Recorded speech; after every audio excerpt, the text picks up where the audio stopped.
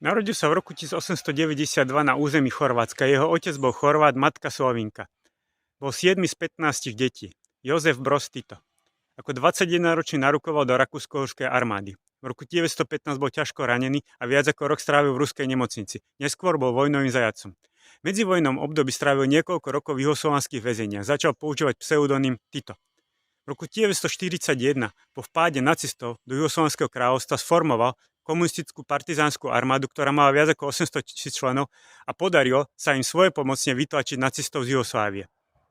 Od roku 1944 až do svojej smrti v roku 1980 bol na čele Juhoslávie, najprv ako predseda vlády, neskôr ako prezident. Dostal sa do veľkého sporu so Stalinom a komunistická strana Juhoslávie bola vylúčená z Komintery. Tito sa dostal na čelo tzv. Hnutia nezúčastnených. Kvôli tomu, že sa obával invázie sovietských vojsk do Juhoslávie, posilňoval vzťahy s Amerikou a budoval silnú armádu.